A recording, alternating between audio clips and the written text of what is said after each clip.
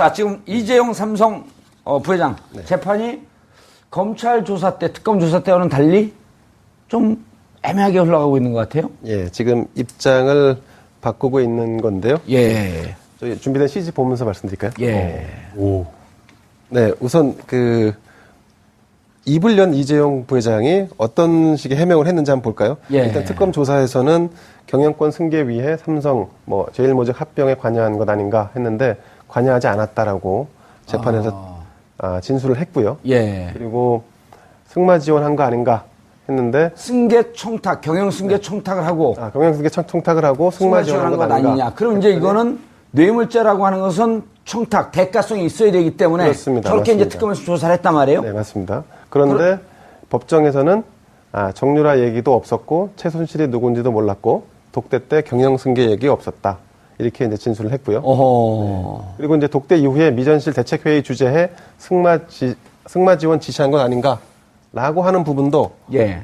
이제 마찬가지로 약간 꼬리를 잘 넣는 셈인데 회의 주재한 적 없고 지원 지시한 적 없다. 그리고 저 회의는 최지성 부회장이 총괄했다. 이렇게 지금 진술이 바뀌고 있는 상황입니다. 그러니까 저 독대 이후 미전실 대책회의 주재 저거는 2015년 7월 25일 박근혜 대통령과 2차 만남 이후에 네, 그렇습니다. 박근혜 대통령한테 야단 맞았다는 거 아니에요? 그렇습니다. 네. 야단 맞고 긴급하게 회의를 주재했는데 회의 주재한 적도 지시한 적도 없다. 네.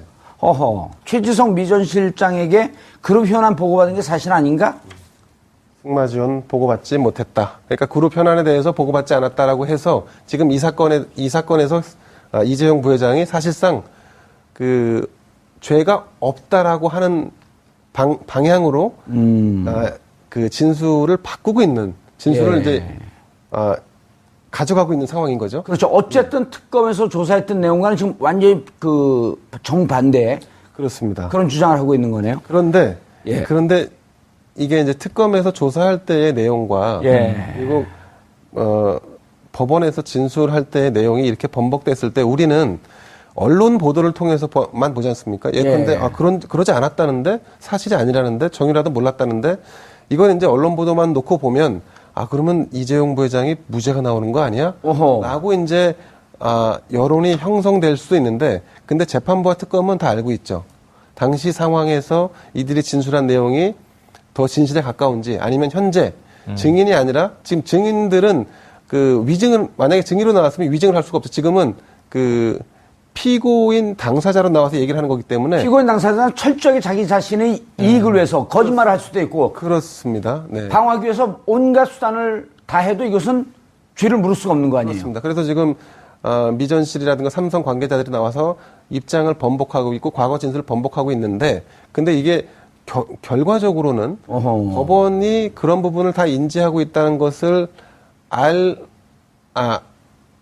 알아야 한다. 그러니까 국민들의 입장에서 보면 마치 이것이 무죄가 나올 것이라고 호도되고 있는 부분이 아닌가라고 오해하는 부분이 없지 않아 있다는 말씀 드립니다. 알겠습니다. 김당국 변호사님 지금 이제 CG 떴는데요. 저것도 한번 설명을 해 주시죠. 전현직 임원들, 특검팀 주장 이재용 부회장, 정씨 승마 지원 알고 있었고 지시했다. 삼성 쪽 안 보이나요 저게? 아니요. 안 봐도 설명을 드릴 수 있을 것 같아서요. 피고인 신문 과정에서 은근 깔때기. 아닙니다. 오만한 게 맞네요. 절대 아니에요. 휴가는 5만으로 다녀오셨나요? 아닙니다. 절대 아닙니다. 말씀하세요. 피고인 신문 과정에서 삼성의 전현직 임원들과 그리고 이재용 부회장이 했던 이야기를 보게 되면 삼성에서의 어떤 변론 전략을 알 수가 있을 것 같습니다. 아니 근데 변호사이기 때문에 알 수 있지만 이 내용을 일단 우리 시청자분들한테 소개해 줄 정도도 안 될 정도로 오만해졌어요. 아니, 그게 아닙니다. 그게 아닙니다. 소개해달라니까요. 지금 제가 설명을 먼저 해드리려고 하는데요. 지금 이제 특검에서 주장을 하고자 하는 것은 이 돈의 성격입니다. 그러니까 지원을 삼성에서 세 군데에 있습니다. 재단에다가 먼저 했고요. K스포츠재단과 미르재단에게 출연을 했고요. 그 다음에 이제 두 번째는 정유라에게 독일에 날아가서 삼성이 직접 한 200억 원 정도 지원하는 계약을 체결하고 용역 계약을 비덱스퍼스죠? 맞습니다. 예. 200원 정도의 그 용역 계약을 체결하고 실제 80억 정도를 투자를 해서 말을 사주고 했습니다. 예. 그리고 이제 세 번째가 16억 원 정도 되는 장시호. 예, 동계 스포츠 영재 센터에다가 지원을 한 겁니다. 그렇기 때문에 돈을 준 사실 자체는 부인을 못 하는 거죠. 그렇다고 한다면 이 돈의 성격이 어떤 것이냐를 놓고 이제 쟁점이 되게 되는 것인데 특검에서 주장을 하고 하는 것은 이것은 뇌물이다라고 하는 것입니다. 예. 그렇다고 한다면 이게 뇌물의 성격을 띠려고 하면 어떤 것들을 입증을 해야겠는가라고 한다면 뇌물을 준 이유를 밝혀야 되는 거죠. 그래서 그 뇌물의 이유가 바로 되는 것이 바로 부정한 청탁이라고 하는 그 삼성의 경영권 승계와 관련된 내용이 바로 이유인 겁니다. 예. 그렇다고 한다면 무엇을 임원들. 예, 그리고 무엇을 보고 그러면 최순실한테 줬냐라고 하는 것은 바로 최순실과 박근혜 전 대통령과의 관계를 알았다라는 것이 전제가 돼야 되기 때문에 이재용 부회장이 과연 언제 이 최순실과 박근혜 전 대통령의 관계를 알았는가를 입증하게 되는 겁니다. 예. 그리고 이제 여기서 이제 가장 중요한 핵심적인 내용이 바로 박근혜 전 대통령과 이재용 부회장의 독대입니다. 예. 이 독대 과정에서 어떤 내용을 나왔는가가 굉장히 중요한 내용인데요. 예. 이 부분과 관련해서 이제 뭐 세 차례 독대를 했는데 두 번째 독대 과정에서 굉장히 질책을 받았고 이 두 번째 과정에서 독대 다음에 바로 이재용 부회장이 뭐 이렇게 회의를 소집해가지고 뭐 제주도에 내려간 임원들을 불러가지고 회의를 하고 그 다음에 이 회의가 끝나자마자 삼성전자 사장이 이제 독일까지 날아가서 날아가고. 직접 지원을 하고 예. 이러한 어떤 지시의 과정이 굉장히 중요하다라는 것이죠. 근데 이 부분과 관련해서 사실상 그 삼성의 전현직 임원의 특검의 진술과 그다음에 이재용 부회장의 진술이 조금 달라졌습니다. 예. 이 부분까지도 같이 설명을 할게요. 그러니까 아니요, 지금 아까 그 부회장 얘기를 했기 네. 때문에 임원들 삼성 쪽 주장 다시 한번 CG 띄워주시죠. 지금 총론을 말씀하신 거고 예. 제가 바뀐 걸 말씀드리면 예, 강조 아까 이제- 이재용 부회장 모른다 예. 관여하지 않았다 이렇게 세 번 부인했잖아요. 예. 지금 베드로가 됐잖아요. 아하, 그거하고 임원들이 새벽닭이 울기 전에 세 번 부인할 그렇죠. 것이다. 그걸 임원들이 말을 맞춰야 돼요. 그래서 무슨 얘기를 하는 거냐면 최지성 부회장이 딱 나와서 아하, 저기 나왔네요. 특검에서는 안 했던 이야기를 법정에서 한 것이 이재용 부회장은 미전실의 의사결정에 별로 관여하지 않아요. 어허. 우리가 다 알아서 해요. 이렇게 얘기를 한 거예요. 저기 그러네 이 부회장의 네. 그런 현안을 일일이 보고하지는 않는다. 네. 누가 될까? 그리고 누가 될까봐 이 현안은 이 부회장한테 보고 안 해서 부회장께서는 아하. 모르신다. 이렇게 얘기를 한 예. 거고요. 근데 아주 중요한 게 장충기 전 사장 얘기인데 이 얘기는 특검에서 이 사람은 뭐라고 찍어냈냐면 이재용 부회장이 박근혜 전 대통령을 독대하고 나와서 그쪽에 사업계획서를 툭 던져줘서 어허. 이게 2월 15일 얘기거든요. 그렇죠. 3월 3일 날 이 10억 얼마가 장시호에게 돈이 들어가는 거예요. 예. 동계 스포츠 영재 센터에 대한 돈이 들어가는 거예요. 예. 2016년 2월 3월에 벌어진 일입니다. 예. 세 번째 독대가 2월 15일에 있었고요. 근데 법정에서는 말이 완전히 바뀐 게 부회장이 대통령에게 받아서 전달해줬다고 생각한 그 문서를 지금 생각해보니 안종범 수석한테 내가 직접 받은 것 같은데요. 윗선끼리에 주고받은 상황을 싹 삭제해버린 거예요. 이게 아주 묘한 대목인데 예. 사실은 이게 장시호 씨 쪽의 얘기에 의하면 최순실이 갑자기 전화 와서 야, 그 예산 좀 들어간 자료 빨리 날려 그래서 퀵으로 보낸 거예요. 예. 퀵으로 전달이 돼서 이 대통령과 부회장이 독대 자리에서 박 전 대통령이 툭 건넨 것으로 전해졌던 얘기를 예. 완전히 위를 잘라버린 겁니다. 그리고 그 외에 나와서 네. 예. 그리고 황성수 그러니까 황성수 또 황성수 전 전무 얘기가 황당한 게 이게 좀 말만 바뀐 건데 최순실의 배경 때문에 우리가 끌려다닐 수밖에 없는 상황이 됐다. 압박받았고 강요받았다라는 걸 이제 강조하는 건데 그거 이게 특검에서 주장했나요? 아니요. 이거 이렇게 법정에서 얘기했습니다. 특검에서 뭐라고 주장했어요? 특검에서는 이 승마 지원이 당초 계획과 달리 정시 단독 지원으로 바뀐 뒤에도 지원을 계속한 것이다라는 취지예요. 그래서 거의 뇌물이기 뇌물에 때문에 가까운 뇌물이다. 뇌물이니까 어허. 뇌물이니까 그랬는데 이번에 말을 바꾼 거는 그러면서 여기다 덧붙여서 최순실의 이 강요를 따르지 않으면 회사에 뭔가 안 좋은 일이 생길 것 같아서 이랬습니다 하는데 이건 말만 바뀐 건데 잘 생각해 보세요. 최순실의 배경은 뭐예요? 그러니까 대삼성 글로벌 기업인 삼성이 덜덜 떨 정도로 최순실의 프로파일을 조사했을 텐데 예. 최순실 그럼 정윤회 씨의 전 부인이네. 그 정유라라는 승마 선수의 엄마네. 무슨 배경이 있습니까? 오 신사동에 300억에 가까운 건물을 갖고 있어. 아이고 무서워라. 그러겠습니까? 최순실의 배경은 아버지가 최태민이고 박근혜 대통령과 매우 친밀한 관계 있음이 배경이잖아요. 예. 국민들이 다 아는 얘기를 박근혜 이렇게 찍으면 될 것을 최순실의 배경이라고 지금 막 이 뒤를 흐트리고 있는 거예요. 그래서 이러한 그 지금 임원들이 이 최지성 부회장부터 장충기 전 사장 그리고 이제 황성수 전 정무 그리고 여기에는 박상진 또 이 전 전무. 예, 전무까지 포함해서 사실 이제 박원호 전무도 있는데 지금 이 법원에 등장한 모든 사람들은 이재용 부회장이 모른다라고 하는 이야기에 아주 딱 맞는 맞춤형 하나의 아부들을 큰 구축을 한 겁니다. 이재용은 모른다. 네. 그런데 예. 이게 누가 봐도 전략인 걸. 이게 저는 무슨 작전이냐. 이재용 바보 코스프레 작전 아닙니까? 알겠습니다. 네. 예, 그러니까 변론이 크게 방향이 바뀌었습니다. 우리가 이제 형사 재판을 하게 되면 공판 준비 기일이나 공판이 시작할 때 변호인 의견서를 제출을 합니다. 그런데 이 변호인 의견서를 제출하는 것은 향후에 진행되는 공판 기일 과정에서 변호인이 어떤 전략을 가지고 어떻게 변론을 하겠다라는 중요한 쟁점이 들어가는 것이거든요. 변론의 기본 논조는 무엇이다라고 하는 뼈대인 전체 거죠. 뼈대를 맞춰주는 예, 그런데 이게 처음에 들어갈 때에는 이재용 부회장이 영장실질심사에서도 박근혜 전 대통령의 강압에 의해서 어쩔 수 없이 이것을 지원하게 되었다라는 이야기를 하게 됩니다. 이재용 부회장이 알았다. 예, 그렇게 이야기를 했다가 어허. 갑작스럽게 이제 중간에 최순실의 겁박에 의해서 그 이야기가 갑자기 나오다가 마지막에 가니까 박근혜 전 대통령의 강요 이야기는 쑥 빠져버린 겁니다. 저기 그 도표가 나와요. 또. 그렇죠. 바로 어마어마하게 변론이 달라지는 건데요. 이 변론의 내용이 달라지는 이유는 바로 이겁니다. 만약에 이재용 부회장이 박근혜 전 대통령의 강요에 의해서 했다라고 변론이 그렇게 가게 되면 결국에 독대 과정에서 이재용 부회장이 박근혜 전 대통령으로부터 최순실에게 어떠한 승마와 관련된 지원을 하라라는 이야기를 들었고 그거와 관련된 내용을 이재용 부회장이 나와갖고 본인이 삼성 전현직 임원들에게 지시를 했고 그리고 지시를 했다라고 한다면 당연히 어떻게 되겠습니까? 그와 관련된 지시 지원 내용이 보고가 됐지 않겠습니까? 그러니까 이 내용을 전체적인 내용을 다 알게 되는 거죠. 그런데 지금 이재용 부회장의 지금 변론의 굉장히 지금 핵심적인 방향은 그렇게 했다라고 하게 되는 경우에는 이 재판부가 이 돈을 받은 이 삼성이 지원하는 금호인의 성격 가지고 과연 광요에 의해서 한 것이냐 아니면 뇌물에 의해서인가 대가성이 있었냐? 그렇죠. 그 부분과 관련해서 굉장히 깊이 있게 고민하게 될 것이니까 만약에 이게 뇌물이라고 하는 결론이 나오게 되면 큰일이다. 그러니까 변론 방향을 바꿔야 된다. 그럼 어떻게 바꿀 것이냐? 삼성은 이렇게 하는 겁니다. 어차피 이거는 삼성이 결정을 한 거니까. 그렇죠. 이재용 부회장은 아예 여기에 관여 지시 자체를 하지 않았다라는 그런 결론 방향으로 끌고 가려고 하는 겁니다. 그래서 아까 이제 교수님께서 말씀하신 대로 여러 가지 강론의 그런 진술들이 다 이렇게 나오는 여기 거죠. 하나를 근데 제가 이 진술이 바뀌는 이 상황을 보면서 든 생각인데 아니 일단 저기 최지성 발언 좀 보세요. 이 부회장이 평소에 복계자라서 이 부회장 자본시장법을 잘 모를 것. 그러니까 승계 과정, M&A, 삼성물산 제일모직의 합병 이걸 잘 모르는 이재용 부회장의 원래 본명은 이 바보. 한마디로 말하면 멍청하다라는 거죠.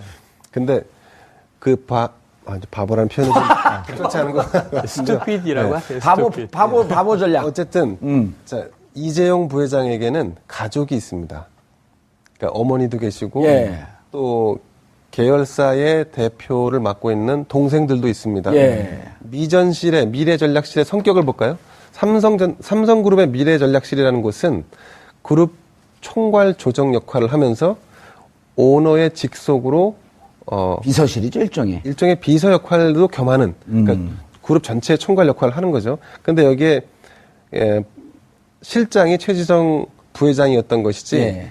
이 조직은 그야말로 오너를 위해 존재하는 조직이었단 말이죠. 오너의 직계 조직. 그렇습니다. 그렇다 한다면 만약에 지금 이 진술이 맞다면 법정에서 한 진술. 예, 이게 맞다면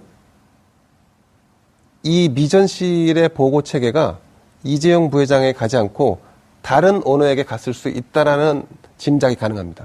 그렇지 않고는 지금 그룹을 병합하고 인수합병을 하는 이런 큰 문제, 중요한 포인트네. 이런 부분들을 그러면 자기들이 알아서 했다? CEO도 아니고 오너한테 보고도 안 하고. 더군다나 이분들은 CEO가 아닙니다. 예. 각 계열사에서 그야말로 연합군 형태로 모아놓은 분들이기 때문에 제일모직이라든가 아니면 삼성물산이라든가 여기에서 독자적으로 판단하는 분들이 아니에요. 이걸 조정하는 분들이. 그럼 조정하면 그럼 결과를 보고해야 할 거 아니겠습니까? 보고 안 하고 한 거야. 근데 지금 말하는 거는 보고하지 않았다, 아무것도 몰랐다? 야. 그러면 막장 드라마 같아요. 보고 체계가 이재용 부회장이 아니었다는 얘기와 다름이 아닌 것처럼 느껴질 수 있습니다. 법이 이 재판이 조금 더 진행되면 최지성이 마지막에 이럴 것 같아요. 사실 삼성전자는 내 거였다. 그래서 사실은 네. 굉장히 위험한 전술인 게 이게 이게 이제 곧 이제 선고가 나니까 이렇게 지금 하는 것 같은데 예. 이게 위험한 가족에게도 불똥이 튈 수 있는 거죠. 왜냐하면 보고를 안 했을 리가 만무하거든요. 아니, 근데 알겠습니다. 제가 하나만 아니, 근데 최영 추가할게요. 평론가님, 네. 제가 궁금한 게 네. 3차 독대를 했잖아요. 그랬죠. 1차가 2014년 9월 15일. 네. 2차가 2016년, 7월 2015년 7월 25일. 네. 3차가 2016년 2월 15일. 15일. 왜 5일 날만 만나요? 아, 그건 제가 모르겠는데요. 오만해서 그런가.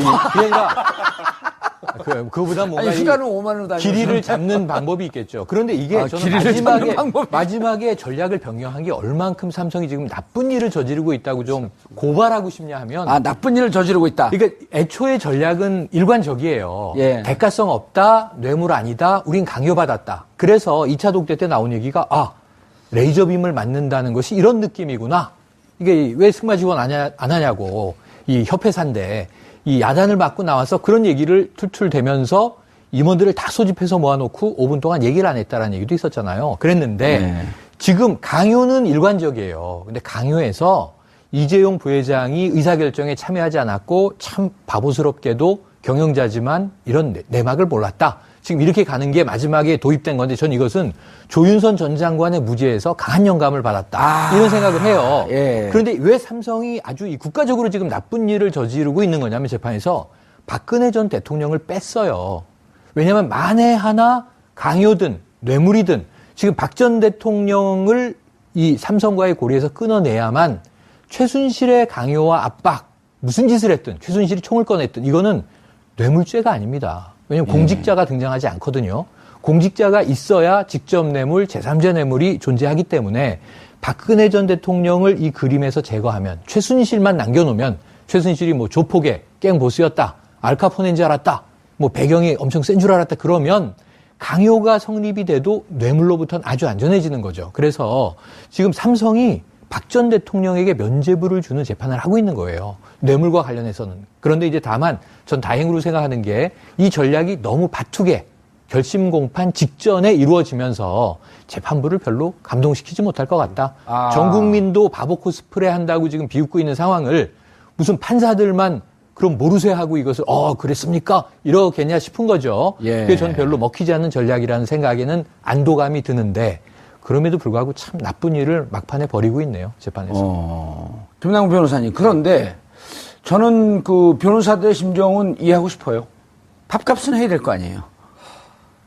걱정이 사실은 많이 됩니다. 그러니까 이게 지금 많은 국민들이 유죄가 안 나오면 어떻게 될 것이냐.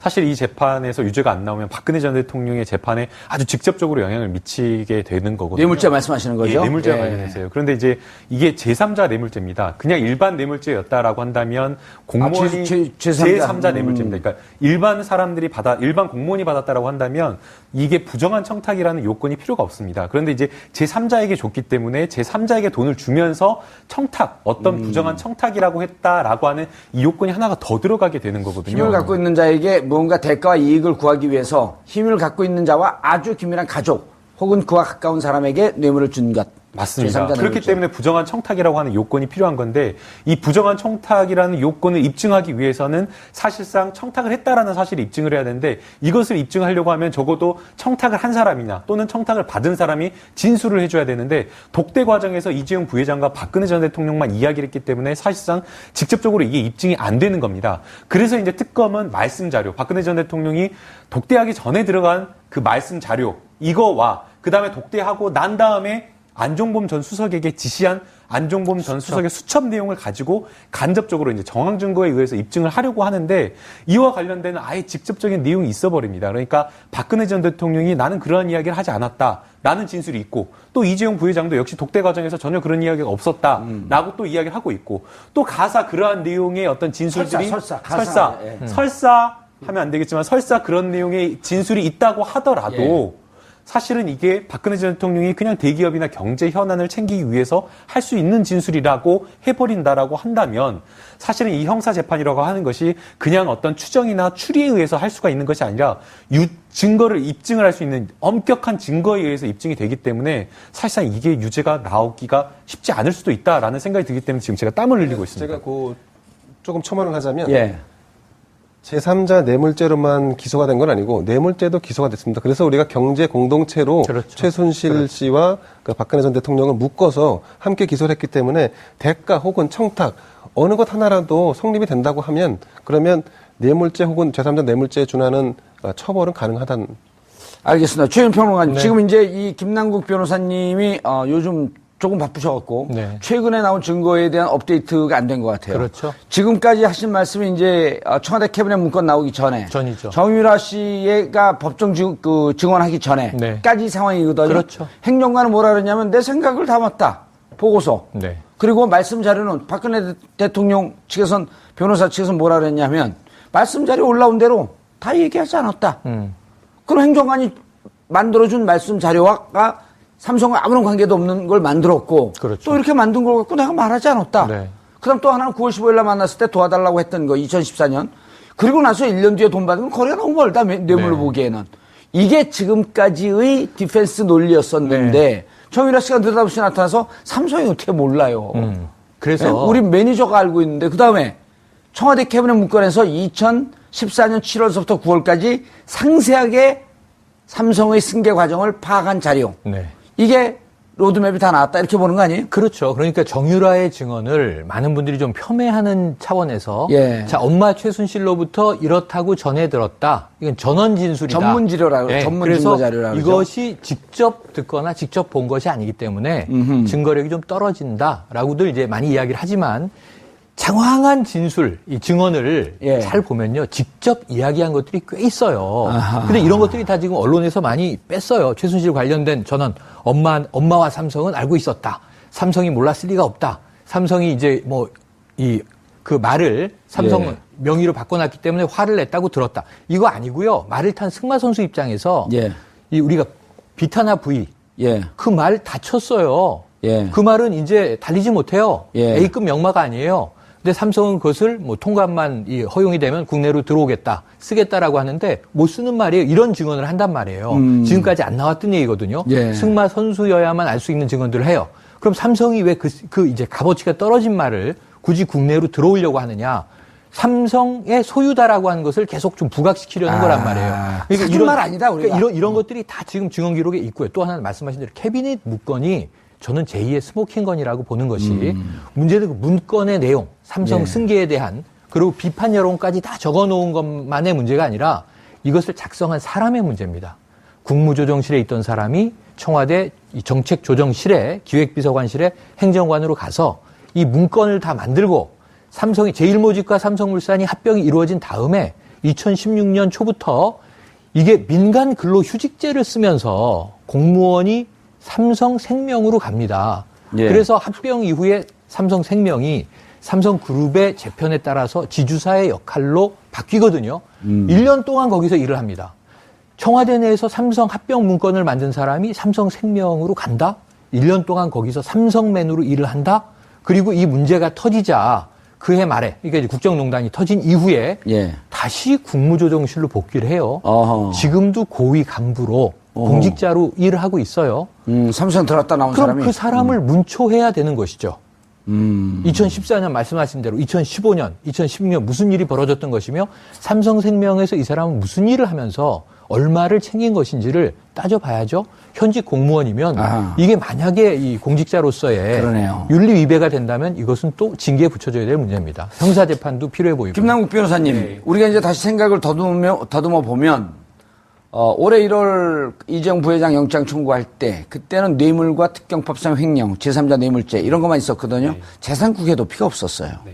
근데 2월에는 재산 국외 도피까지 누면서 그때 아차 변호사들 무슨 얘기를 했냐면 그냥 뇌물죄를 인정하면 뇌물 공여는 5년 이하의 징역이니까 싸게 가면서 특경법상 횡령, 재산에 협조하고 재판에 협조하고 특경법상 횡령과 재산 국외 도피를 빼는 전략으로 가지 않고 왜 저렇게 무리하게 갔을까? 그땐 박근혜 대통령 탄핵되기 직전인데. 근데 지금 탄핵까지 다 됐어요?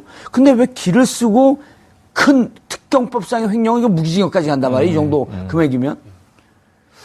왜 이 뇌물죄를 끝까지 방어하려고 거기에 혈안이 돼 있을까요? 뇌물죄도 사실상 특경법상의 횡령과 다 포함되어 있는 겁니다. 그러니까 이재용 부회장의 본인의 사비나 이런 것을 털어서 본인의 경영권 승계를 위해서 돈을 지출한 것이 아니라 삼성의 돈을 가지고 지출을 한 것이기 때문에 예. 사실상 이게 같이 일맥상통하게 연관되어 있는 뇌물죄가 인정이 되게 되면 특경법상의 특경까지 뇌물도 같이 쫙 가니까 연결이 되는 이게 전체 자기가 받고 있는 혐의의 우두머리 죄네. 맞습니다. 그리고 또 이걸 하게 되면 그러니까 지금 이렇게 궁금하거든 사람들은 저 삼성이 이재용 회장이 의리가 있이 끝까지 박근혜 대통령을 변호하고 있네. 이게 그거는 아니라 절대 아닙니다. 이 뇌물죄가 유죄가 되는 순간 특경법상의 횡령, 재산국외 도피 전부 다 같이 인정이 되는 거죠. 역시 변호사라서 좀 틀리네. 아이고, 아닙니다. 제가 한번 떠보려고 물어봤거든요. 아닙니다. 예, 그런데 최영일 평론가님 바보 코스프레 네. 좀 씁쓸하네요. 그러니까 국민들이 지금 뭐 SNS 여론뿐 아니라 예. 직접 만나서 얘기를 들어봐도 다 너무 안타까워하는 게 제 나이 50대 초반의 중년 남성들이 이 포장마차에서 만나면 70~80%가 다 기업맨들이잖아요. 직장인들이잖아요. 예. 넥타이 부대잖아요. 이분들이 예. 중견기업에서 중소기업에서 대기업에서 뭐 이제 부장급이나 혹은 임원급으로 일을 하고 있는데 한숨을 쉬어요. 글로벌 리더십, 대한민국 1등 우량 기업이라는 삼성전자 부회장이 내가 죄를 면하기 위해서 이렇게 바보임을 서슴지 않는 조윤선 전 장관은 이해가 돼요. 집에 가고 싶었겠죠. 그래서라도. 그래서 나는 부하들이 한 거 몰랐고 위에 대통령이 한 거 몰랐고 중간에 끼어서 난 아무것도 몰랐어요. 난 바보예요. 해서 집에 갔잖아요. 결국 석방돼서 집행유예로. 그런데 이 삼성의 리더십이 이런 것이었나. 이 정도였나.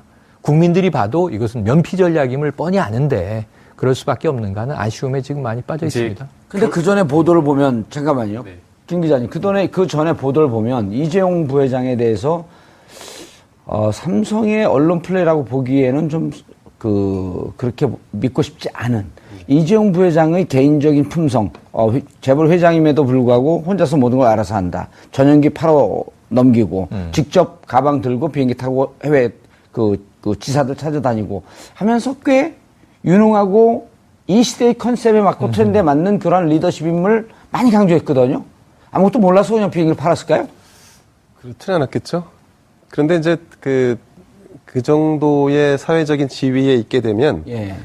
이를테면 그 이미지 메이킹을 하기 위해서 그런 것도 사실은 다 보고를 받고 아니면 코칭을 받습니다. 아하. 예를 들어서 공항에 해외 나갔다가 들어올 때 지난번 모 의원처럼 노룩 패스를 하면 안 된다. 그래서 직접 가방을 들고 나와야 된다라고 하는 것은 사실은 노출되는 것을 염두에 둔 그런 어떤 컷일 수도 있어요. 그렇기 때문에 그건 이제 단순히 그게 그분의 본질이냐 아니냐의 문제는 좀 두고 봐야 할 문제인 것 같고 제가 한 가지 이제 쭉 두 분 말씀드렸는데 예.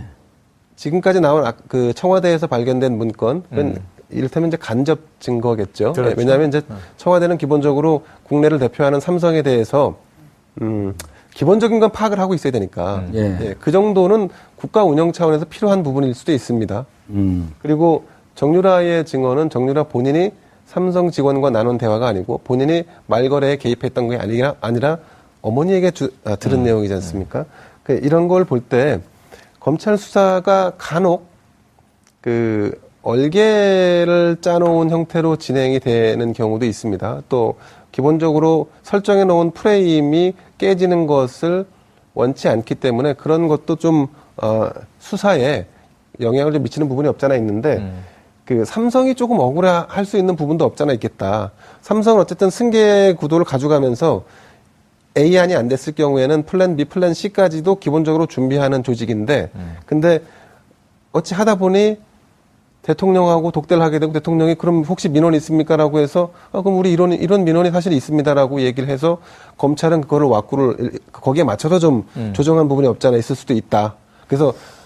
그래서 삼성이 좀 억울해하는 부분도 있지 않을까 하는 생각이 좀 듭니다. 그런데 이제 삼성이 박근혜 전 대통령, 정부가 삼성의 경영권 승계와 관련된 어떤 영향을 미치는지를 충분히 알고 있는 상황 아니었겠습니까? 그렇다라고 한다면. 그리고요, 경제수석실에서 하는 거예요. 그러니까 적극적으로 도와주지 않는다라고 하더라도, 방해만 하더라도 이게 완전히 망가질 수 있다라고 생각할 수 있다라고 한다면, 이 지원금의 성격을 정말 삼성이 무슨 순수하게, 그렇게 줬다라고 보기에는 좀 어렵다는 생각이 들고요. 결국에 유죄가 나오느냐 무죄가 나오느냐라고 하는 것은 특검의 진술과 법정에서 한 피고인의 진술, 두 사람의 진술 중 어떤 것을 더 신뢰할 것인가의 문제라고 보입니다.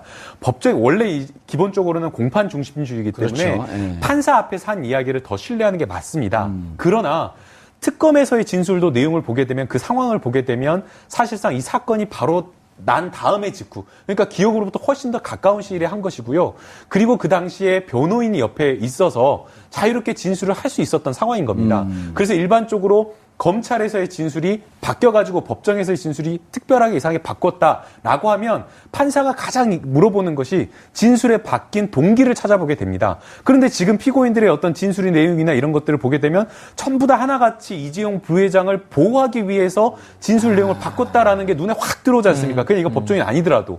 그렇다고 한다면 아마 재판부에서도 이것은 피고인의 어떤 피고인 신문 과정에서 나온 진술 자체를 그대로 신뢰하기는 어렵다. 오히려 이 진술보다는 생각해 보십시오. 상식적으로 아까 기자님께서 말씀하신 대로 미전실이라고 하는 게 이재용 부회장을 위한 것이라고 한다면 이 법정에서 진술도 역시 이재용 부회장을 덮어주기 위한 거짓 진술일 가능성이 높다라고 생각을 하고 특검에서의 진술을 더 신뢰할 가능성이 높아 우선 보입니다. 이렇게 보죠. 최경영 평론가님. 네. 자, 문제는 지금 이제 우리 김남국 변호사가 말씀하신 게 이용우 대법원장이 검찰 조서를 집어 던져라.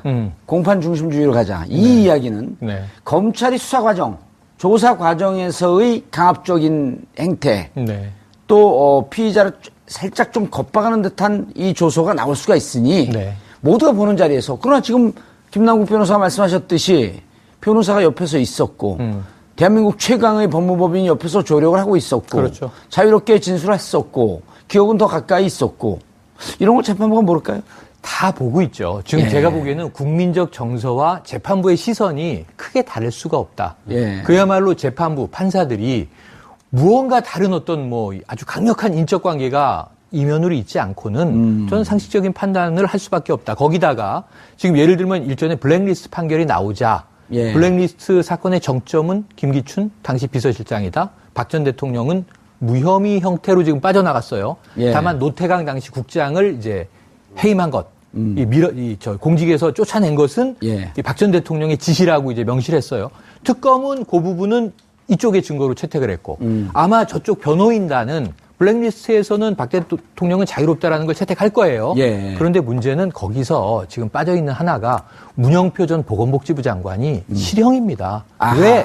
잘못된 기금 운영을 했기 때문에. 예. 여기에 대해서는 저는 좀 종합적으로 재판부는 상식적 판결을 내릴 거라고 기대해 봅니다. 알겠습니다. 방향으로 그 진술을 바꾸고 있는 진술을 예. 이제 가져가고 있는 상황인 거죠. 그렇죠. 어쨌든 특검에서 조사했던 내용과는 지금 완전히 그 정반대의 그렇습니다. 그런 주장을 하고 있는 거네요. 그런데 예. 이게 이제 특검에서 조사할 때의 내용과 예. 그리고 법원에서 진술할 때의 내용이 이렇게 번복됐을 때 우리는 언론 보도를 통해서만 보지 않습니까? 예컨대 예. 그러지 않았다는데 사실이 아니라는데 정유라도 몰랐다는데 이건 이제 언론 보도만 놓고 보면 그러면 이재용 부회장이 무죄가 나오는 거 아니야? 어허. 라고 이제 여론이 형성될 수도 있는데 근데 재판부와 특검은 다 알고 있죠. 당시 상황에서 이들이 진술한 내용이 더 진실에 가까운지 아니면 현재 증인이 아니라 지금 증인들은 그 위증을 만약에 증인으로 나왔으면 위증을 할 수가 없죠. 지금은 그 피고인 당사자로 나와서 얘기를 하는 거기 때문에 피고인 당사자는 철저하게 자기 자신의 이익을 위해서 거짓말을 할 수도 있고 그렇습니다. 네. 방어하기 위해서 온갖 수단을 다 해도 이것은 죄를 물을 수가 없는 거 아니에요? 그렇습니다. 그래서 지금 미전실이라든가 삼성 관계자들이 나와서 입장을 번복하고 있고 과거 진술을 번복하고 있는데 근데 이게 결과적으로는 어허. 법원이 그런 부분을 다 인지하고 있다는 것을 알아야 한다. 그러니까 예. 국민들의 입장에서 보면 마치 이것이 무죄가 나올 것이라고 호도되고 있는 부분이 아닌가라고 오해하는 부분이 없지 않아 있다는 말씀 드립니다. 알겠습니다. 김당국 변호사님 지금 이제 CG 떴는데요. 저것도 한번 설명을 해 주시죠. 전현직 임원들, 특검팀 주장 이재용 부회장, 정씨 승마 지원 알고 있었고 지시했다. 삼성 쪽 안 보이나요 저게? 아니요, 안 봐도 설명을 드릴 수 있을 것 같아서요. 그 피고인 신문 과정에서 은근 깔때기. 아닙니다. 오만한 게 맞네요. 아까 절대 아니에요. 휴가는 5만으로 다녀오셨나요? 아닙니다. 절대 아닙니다. 예. 말씀하세요. 그 피고인 신문 과정에서 삼성의 전현직 임원들과 그리고 이재용 부회장이 했던 이야기를 보게 되면 삼성에서의 어떤 그 변론 전략을 알 수가 있을 것 같습니다. 아니 근데 예. 변호사이기 때문에 알 수 있지만 이 내용을 일단 우리 시청자분들한테 소개해 줄 정도도 안 될 정도로 오만해졌어요. 아니, 그게 아닙니다. 그게 아닙니다. 소개해달라니까요. 예, 지금 제가 설명을 먼저 해드리려고 하는데요. 예. 지금 이제 그 특검에서 주장을 하고자 하는 것은 이 돈의 성격입니다. 그러니까 지원을 삼성에서 세 군데에 있습니다. 재단에다가 먼저 했고요. K재단, K스포츠재단과 미르재단에게 출연을 했고요. 그 다음에 이제 두 번째는 정유라에게 독일에 날아가서 삼성이 직접 한 200억 원 정도 지원하는 계약을 체결하고 용역 계약을 비덱스포츠죠. 맞습니다. 예. 200억 원 정도의 그 용역 계약을 체결하고 실제 80억 정도를 투자를 해서 말을 사주고 했습니다. 예. 그리고 이제 세 번째가 16억 원 정도 되는 장시호. 동계 스포츠 영재 센터에다가 지원을 한 겁니다. 그렇기 때문에 돈을 준 사실 자체는 부인을 못 하는 거죠. 그렇다고 한다면 이 돈의 성격이 어떤 것이냐를 놓고 이제 쟁점이 되는 것인데 특검에서 주장을 하고 하는 것은 이것은 뇌물이다라고 하는 것입니다. 예. 그렇다고 한다면 이게 뇌물의 성격을 띠려고 하면 어떤 것들을 입증을 해야겠는가라고 한다면 뇌물을 준 이유를 밝혀야 되는 거죠. 그래서 그 뇌물의 이유가 바로 되는 것이 바로 부정한 청탁이라고 하는 그 삼성의 경영권 승계와 관련된 내용이 바로 이유인 겁니다. 예. 그렇다고 한다면 무엇을 임원들. 그리고 무엇을 보고 그러면 최순실한테 줬냐라고 하는 것은 바로 최순실과 박근혜 전 대통령과의 관계를 알았다라는 것이 전제가 돼야 되기 때문에 이재용 부회장이 과연 언제 이 최순실과 박근혜 전 대통령의 관계를 알았는가를 입증하게 되는 겁니다. 예. 그리고 이제 여기서 이제 가장 중요한 핵심적인 내용이 바로 박근혜 전 대통령과 이재용 부회장의 독대입니다. 예. 이 독대 과정에서 어떤 내용을 나왔는가가 굉장히 중요한 내용인데요. 예. 이 부분과 관련해서 이제 뭐 세 차례 독대를 했는데 두 번째 독대 과정에서 굉장히 질책을 받았고 이 두 번째 과정에서 독대 다음에 바로 이재용 부회장이 뭐 이렇게 회의를 소집해가지고 뭐 제주도에 내려간 임원들을 불러가지고 회의를 하고 그 다음에 이 회의가 끝나자마자 삼성전자 사장이 이제 독일까지 날아가서 직접 지원을 하고 이러한 어떤 지시의 과정이 굉장히 중요하다라는 것이죠. 근데 이 부분과 관련해서 사실상 그 삼성의 전현직 임원의 특검의 진술과 그다음에 이재용 부회장의 진술이 조금 달라졌습니다. 이 부분까지도 같이 설명을 할게요. 그러니까 지금 아까 그 부회장 얘기를 했기 때문에 임원들 삼성 쪽 주장 다시 한번 CG 띄워주시죠. 지금 총론을 말씀하신 거고 제가 바뀐 걸 말씀드리면 아까 이재용 부회장 모른다 관여하지 않았다 이렇게 3번 부인했잖아요. 지금 베드로가 됐잖아요. 그거 하고 임원들이 새벽닭이 울기 전에 3번 부인할 그렇죠. 것이다. 그걸 임원들이 말을 맞춰야 돼요. 그래서 무슨 얘기를 하는 거냐면 최지성 부회장이 딱 나와서 저기 나왔네요. 특검에서는 안 했던 이야기를 법정에서 한 것이 이재용 부회장은 미전실의 의사결정에 별로 관여하지 않아요. 우리가 다 알아서 해요. 이렇게 얘기를 한 거예요. 그러나 이 부회장의 그런 현안을 일일이 보고하지는 않는다. 누가 될까봐 이 현안은 이 부회장한테 보고 안 해서 부회장께서는 모르신다. 이렇게 얘기를 한 거고요. 그래 아주 중요한 게 장충기 전 사장 얘기인데 이 얘기는 특검에서 이 사람은 뭐라고 찍어냈냐면 이재용 부회장이 박근혜 전 대통령을 독대하고 나와서 그쪽에 사업계획서를 툭 던져줘서 이게 2월 15일 얘기거든요. 그렇죠. 3월 3일 날 이 10억 얼마가 장시호에게 돈이 들어가는 거예요. 동계 스포츠 영재 센터에 대한 돈이 들어가는 거예요. 2016년 2월 3월에 벌어진 일입니다. 세 번째 독대가 2월 15일에 있었고요. 근데 법정에서는 말이 완전히 바뀐 게 부회장이 대통령에게 받아서 전달해줬다. 지금 이재용 삼성 부회장 재판이 검찰 조사 때, 특검 조사 때와는 달리 좀 애매하게 흘러가고 있는 것 같아요. 지금 입장을 바꾸고 있는 건데요. 저희 준비된 CG 보면서 말씀드릴까요? 우선 이불련 이재용 부회장이 어떤 식의 해명을 했는지 한번 볼까요? 일단 특검 조사에서는 경영권 승계 위해 삼성, 제일모직 합병에 관여한 것 아닌가 했는데 관여하지 않았다라고 재판에서 진술을 했고요. 그리고 승마 지원한 거 아닌가 했는데 승계 청탁, 경영 승계 청탁을 하고 경영 승계 청탁을 하고 승마 지원한 것 아니냐. 그럼 이제 이거는 뇌물죄라고 하는 것은 청탁, 대가성이 있어야 되기 때문에 그렇습니다. 저렇게 맞습니다. 이제 특검에서 조사를 했단 말이에요. 네, 맞습니다. 그런데 법정에서는 정유라 얘기도 없었고 최순실이 누군지도 몰랐고 독대 때 경영 승계 얘기 없었다. 이렇게 이제 진술을 했고요. 어허. 그리고 이제 독대 이후에 미전실 대책회의 주재해 승마 지원 지시한 건 아닌가라고 하는 부분도 예. 이제 마찬가지로 약간 꼬리를 잘 넣는 셈인데 회의 주재한 적 없고 지원 지시한 적 없다. 그리고 저 회의는 최지성 부회장이 총괄했다. 이렇게 지금 진술이 바뀌고 있는 상황입니다. 그러니까 저 독대 이후 미전실 대책회의 주재 저거는 2015년 7월 25일 박근혜 대통령과 2차 만남 이후에 네, 그렇습니다. 박근혜 대통령한테 야단 맞았다는 거 아니에요? 그렇습니다. 네. 야단 맞고 긴급하게 회의를 주재했는데 회의 주재한 적도 지시한 적도 없다. 네. 어허. 최지성 미전실장에게 그룹 현안 보고받은 게 사실 아닌가?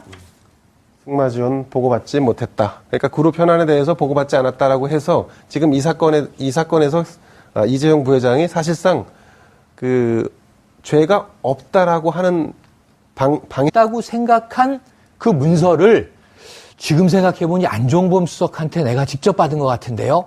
윗선끼리에 주고받은 상황을 싹 삭제해버린 거예요. 이게 아주 묘한 대목인데 예. 사실은 이게 장시호 씨 쪽의 얘기에 의하면 최순실이 갑자기 전화 와서 야, 그 예산 좀 들어간 자료 빨리 날려 그래서 퀵으로 보낸 거예요. 예. 퀵으로 전달이 돼서 이 대통령과 부회장이 독대 자리에서 박 전 대통령이 툭 건넨 것으로 전해졌던 얘기를 예. 완전히 위를 잘라버린 겁니다. 그리고 그 외에 나와서 네. 예. 그리고 황성수 그러니까 황성수 전 전무 얘기가 황당한 게 이게 좀 말만 바뀐 건데 최순실의 배경 때문에 우리가 끌려다닐 수밖에 없는 상황이 됐다. 압박받았고 강요받았다라는 걸 이제 강조하는 건데 그거 이게 특검에서 주장했나요? 아니요. 이거 이렇게 법정에서 얘기했습니다. 특검에서 뭐라고 주장했어요? 특검에서는 이 승마 지원이 당초 계획과 달리 정시 단독 지원으로 바뀐 뒤에도 지원을 계속한 것이다라는 취지예요. 그래서 거의 뇌물이기 뇌물에 때문에 가까운 뇌물이다. 뇌물이니까. 뇌물이니까. 그랬는데 이번에 말을 바꾼 거는 그러면서 여기다 덧붙여서 최순실의 이 강요를 따르지 않으면 회사에 뭔가 안 좋은 일이 생길 것 같아서 이랬습니다 하는데 이건 말만 바뀐 건데 잘 생각해 보세요. 최순실의 배경은 뭐예요? 그러니까 대삼성, 글로벌 기업인 삼성이 덜덜 떨 정도로 최순실의 프로파일을 조사했을 텐데 예. 최순실 그럼 정윤회 씨의 전 부인이네. 그 정유라라는 승마 선수의 엄마네. 무슨 배경이 있습니까? 오, 신사동에 300억에 가까운 건물을 갖고 있어. 아이고 무서워라. 그러겠습니까? 최순실의 배경은 아버지가 최태민이고 박근혜 대통령과 매우 친밀한 관계 있음이 배경이잖아요. 예. 국민들이 다 아는 얘기를 박근혜 이렇게 찍으면 될 것을 최순실의 배경이라고 지금 막 이 뒤를 흐트리고 있는 거예요. 그래서 이러한 그 지금 임원들이